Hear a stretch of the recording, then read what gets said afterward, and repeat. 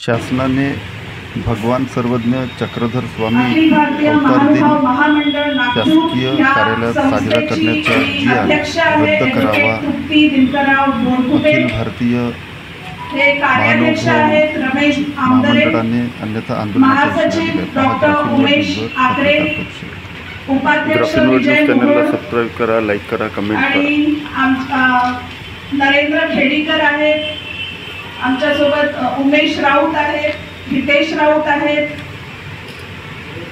मनोज भुक्से आहे, सचिन भक्ती बोरकुटे आणि ऋषी बोरकुटे आहे, संदीप राऊत आहेत, महंत श्री देपेराज बाबाजी, महंत श्री शहापूरकर बाबाजी आणि श्रीकांत पुनी दादा। हा अत्यंत संवेदनशील विषय आहे, कारण महाराष्ट्र शासनाने जे परिपत्रक निर्गमित केलेलं आहे त्यामुळे आमचा महानुभाव धर्म हा संपलेला आहे।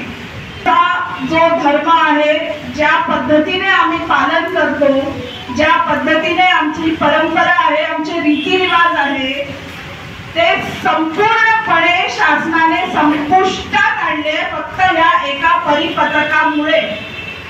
या परिपत्रकामध्ये आपल्या स्पष्ट लिहिलेलं आहे की महाराष्ट्र शासनाचं हे परिपत्रक आहे आणि या परिपत्रकात स्पष्ट लिहिलेलं आहे की महाराष्ट्र शासनाने सर्व शासकीय आणि निमशासकीय कार्यालयांमध्ये सर्वज्ञ श्री चक्रधर भगवान अवतार दिन साजरा करावा। महाराष्ट्र शासनाने काही महानुभाव धर्म स्वीकारलेला नाही। महाराष्ट्र शासन हा महानुभाव धर्मीय नाही, मग हा आमचा धर्म कसा साजरा करू शकतो? आणि तुम्ही आमच्या देवाला, आमच्या परमेश्वराचं परमेश्वरत्वच नष्ट करत आहात। तुम्ही फक्त एक सामाजिक अंगाने आमच्या परमेश्वराला बघत आहात।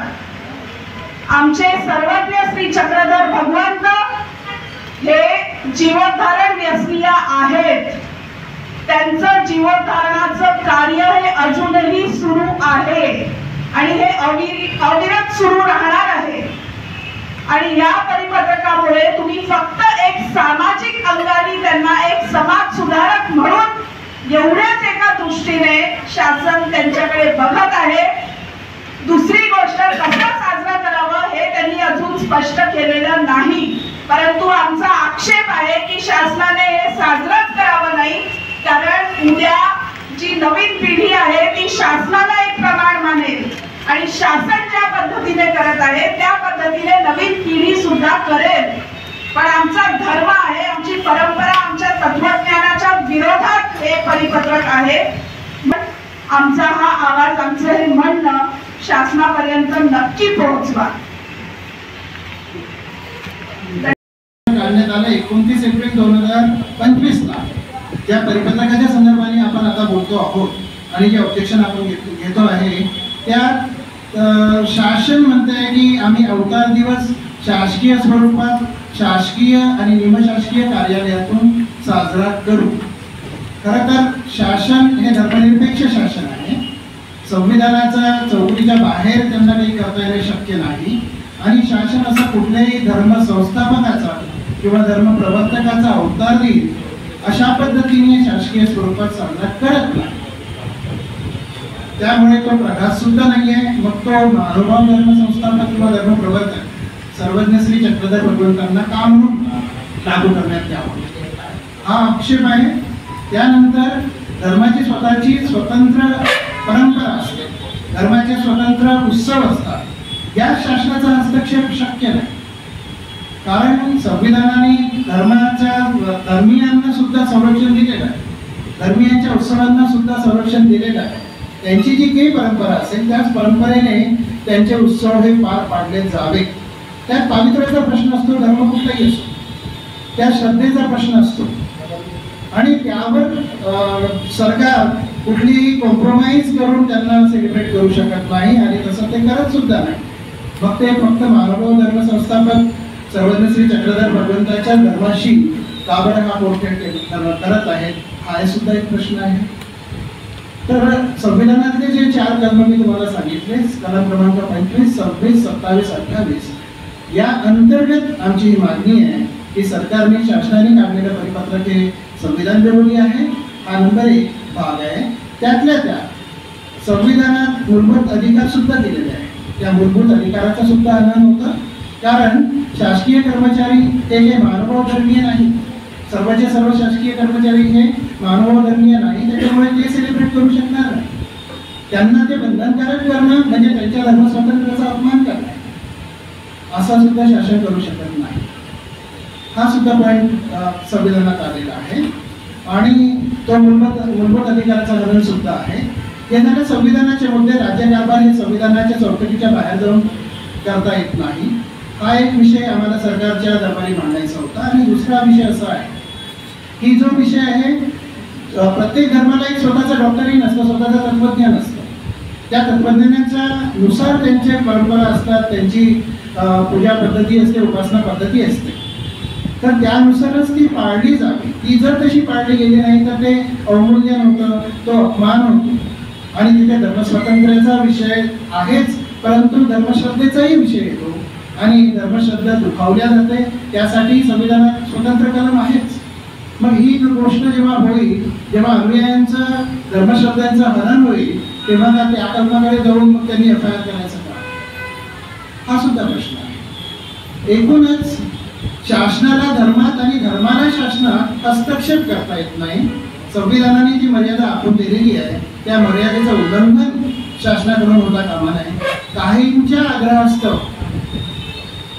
समाजात पुष्कळ प्रकारचे लोक असतात, प्रवृत्ती असते, काहींच्या आग्रहास्तव आपण काही करून टाकायचं आणि त्या मुळालाच आपण संपवायचं असं अनावरपणे जर होत असेल तर ते चुकीचं आहे. महाराष्ट्रात असं इतर धर्म संप्रदायाबद्दल होत नाही आहे. ते मानव संप्रदायाबद्दल जी भूमिका घेतात ते सर्वधर्मीयांच्या तीर्थक्षेत्राबाबत त्यांनी हीच भूमिका आधी घेतलेली आहे. त्यामुळे तो हस्तक्षेप नाही, ते तीर्थस्थळ आहे आणि तीर्थस्थळाच्या ठिकाणी नागरिक सुविधा पुरवणं, फॅसिलिटीज पुरवणं हे शासनाचं कर्तव्य आहे. तो हस्तक्षेप नाही आहे.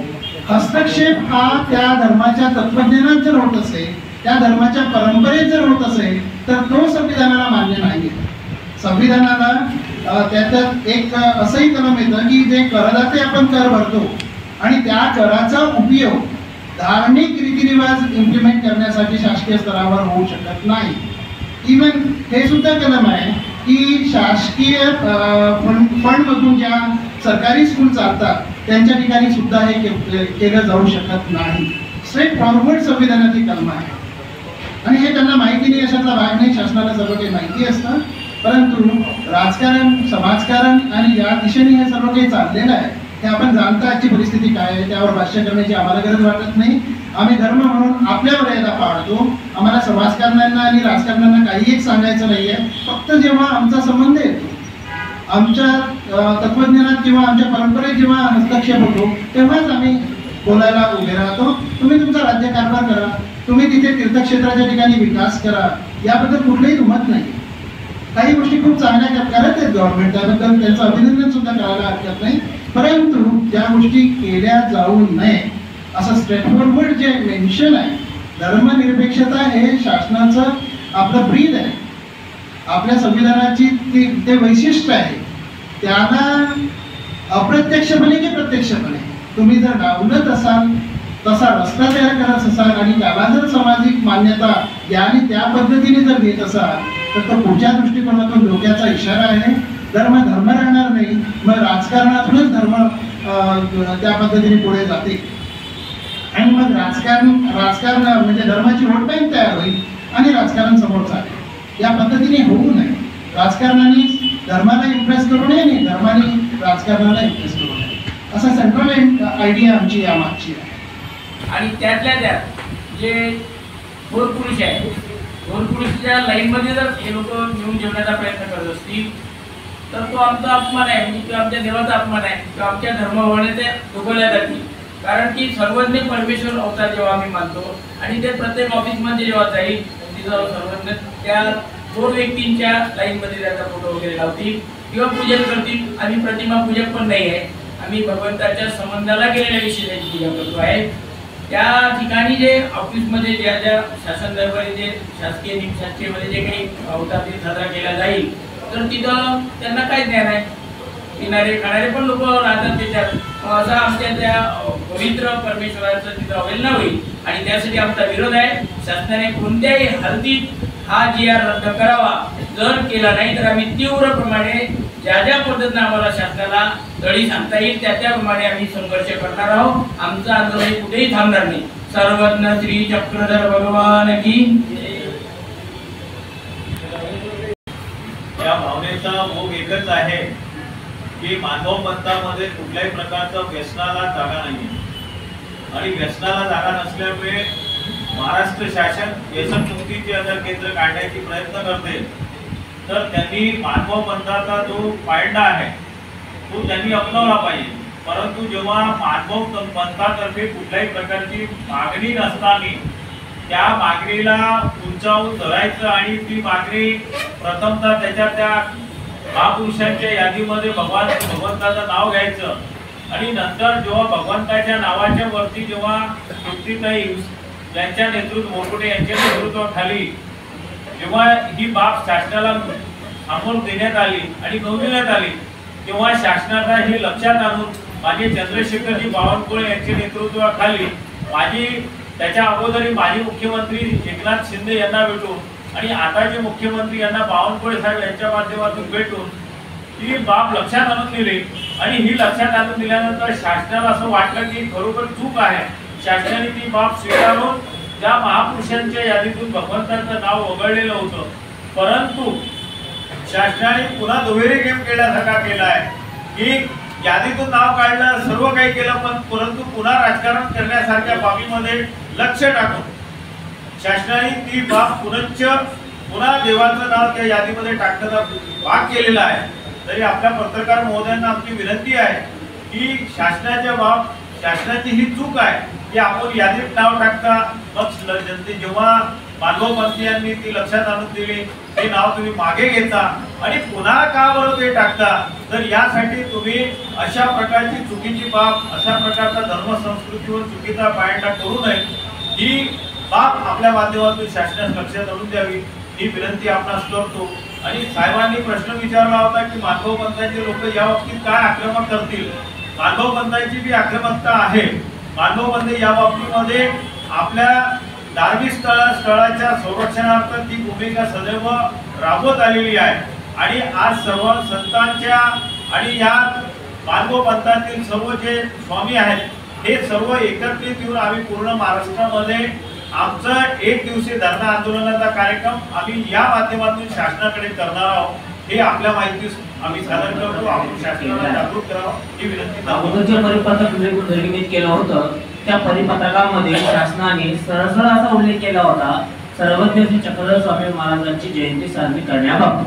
प्रथमतः तृप्तीताईने या संपूर्ण मंडळाने या संपूर्ण स्वामींच्या भक्तांनी ते संपूर्ण बाब बघितले आणि उठाव केला की जयंती या शब्दामध्ये ज्या लोकांची जयंती साजरी केल्या जाते ते मृत लोक असतात. मृत लोकांची जयंती साजरी केल्या जाते आणि आमचे सर्वज्ञ श्री चक्रधर प्रभू महाराज जे आमचं आराध्य दैवत आहे जे आमच्या हृदयामध्ये या परमेश्वराची हृदयामध्ये आम्ही आठवण करतो. हृदयात परमेश्वर आमचा वसलेला आहे. त्या परमेश्वराचं नाव त्यांनी जयंती हा शब्द लावून ते परिपत्रक निर्मित केलं. अवतार हा शब्द टाकला नाही. परंतु तदनंतर सरकारने त्याची नोंद घेतली आणि ते प्रथमतः परिपत्रक जे त्यांनी निर्मित केलं होतं ते रद्द करण्यात आलं. पण पुन्हा का अट्टहास करावा सरकारने पुन्हा त्यांनी दुसरं हे परिपत्रक निर्मित केलं आणि ह्या परिपत्रकामध्ये त्यांनी उल्लेख केला सर्वज्ञ चक्रधर महाराज अवतार दिन साजरी करण्याबाबत. आणि पुन्हा त्याच्यात अशी एक तरतूद टाकली की ह्या परिपत्रकामध्ये काही सूचना या नंतर कळवल्या जातील. मग पुन्हा सरकारला तेच करायचं नाही. पुन्हा आमच्या सर्वज्ञांना त्या राष्ट्रपुरुष पुरुष या यादीपर्यंत बसल्याचं नाही. कारण की मानव संप्रदायांच्या तत्वज्ञानानुसार आमचे सर्वज्ञ श्री चक्रधर प्रभू महाराज 900 वर्षापूर्वी परमेश्वर अवतार हा होऊन गेला आणि आमचा ईश्वर अवतार आजही विद्यमान आहे. आजही उत्तम दिशेला आमचे सर्वज्ञ जगाचं कल्याण करण्यासाठी भ्रमण करत आहे. त्या ईश्वर अवताराचं मृत लोकांची यादीमध्ये नाव निघालं आणि हा अर्थास तोच आहे. आता त्यांनी स्वतंत्ररित्या आम्ही काही सूचना सांगू निर्गमित करू म्हणजे पुन्हा तेच शासकीय अथवा निमशासकीय कार्यालयामध्ये अवतार दिन साजरी करायचा. आता साजरी करायचं म्हणणं साहजिकच आहे. ते त्यांना काय नाही संप्रदाय ते हेच म्हणणं आहे बाबा फोटो कुठं आहे तुमच्या काही फोटो असेल ना. आणि आम्ही प्रथमतः म्हणजे प्रतिमा पूजत नाही, आम्ही असं मूर्ती पूजत नाही, कोणत्याही फोटोची आम्ही पूजा करत नाही. मग ते मधून फोटो आला मग आता काल्पनिक फोटो तयार करायचा तो त्यांना द्यायचा आणि मग ते काल्पनिक फोटो ते लोक जे काही संत जे काही धर्मपुरुष आहे त्या फोटोजवळ ते फोटो ठेवतील आणि पुन्हा त्या ठिकाणी पूजा अर्चा होईल जो काल्पनिक आहे.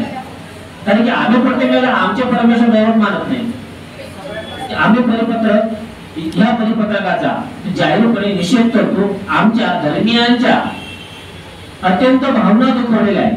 शासनाला विनंती राहील आणि आपण सर्वांनी शासनाला जागरूक करा की हे परिपत्रक लवकरात लवकर रद्द व्हावं आणि जर नाही झालं तर कोणत्याही प्रकारे आम्ही काही आंदोलन करू उठाव करू आम्ही लढत राहू एवढं. आणि जयंती जी साजरी होते जी शासकीय जी जयंती साजरी करतात हे पुरुषांचे ज्याने काहीतरी देशासाठी केलेलं आहे त्यांनी जयंती साजरी केलं जातं. पण सर्वज्ञ श्री चक्रस्वामी हे परमेश्वराचे अवतार आहेत. हे आमचे आराध्य दैवत आहे आणि आमचं आराध्य दैवत जे आहे त्यांची जर शासकीय शासन जर जयंती साजरी करत असेल उद्या वारकरी संप्रदायाची करावं लागेल, उद्या जैन संप्रदायाची करावं लागेल. असे या पाठीवर अनेक धर्म आहेत. अनेक धर्मातली लोक म्हणतात आमची जयंती साजरी करा आणि शासनाला कोण्याच देवता अवताराची परमेश्वर अवताराची जयंती साजरी करण्याचा असं कोणताच शासकीय जी आर नाही आहे. शासनामध्ये असं कोणतं काही लेटर नाही आहे का शासनाला ती मान्यता आहे. आणि हे शासन जे करत आहे जयंती स्वामींची हे राजकारण आहे. धर्म वेगळं आणि राजकारण वेगळं. धर्माला कधी राजकारणात आणू नये हे राजकारण आहे आणि आमचा हा धर्म आहे हे आमचा आराध्य आहे. आज जर तुम्ही जयंती साजरी केली आमची शासकीय करायला उद्या आमच्या स्वामींचे विचार निघतील, उद्या चौकात पुतळे तयार होतील, असं हे वाढतच जाईल. म्हणून आम्ही विरोध करतो. आमच्या जो संप्रदाय आहे आमच्या मागे 2000 संन्यासी आहेत ते आज इथं आले नाहीत. आम्ही त्यांना आणू शकतो. आमच्या मागे फार मोठा धर्म संप्रदाय आहे. आम्ही सर्वच धर्म संप्रदाय या विरोध करतो की हे जी आर शासनाने त्वरित तातडीने रद्द करावं हेच आमची आशा आहे. जर नाही केलं तर आम्ही पुढे आंदोलनही करू. आम्हाला जे जे उपाय आहेत रद्द करायचे आम्ही करू.